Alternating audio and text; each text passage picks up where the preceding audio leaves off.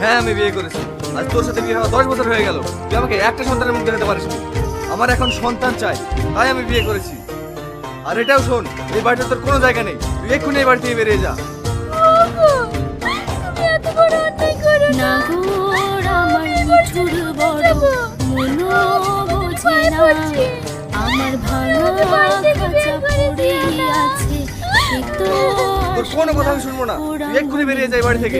বাসা বাসা বাঁধে না, ওরা মনে ভালোবাসা বাসা বাঁধে না।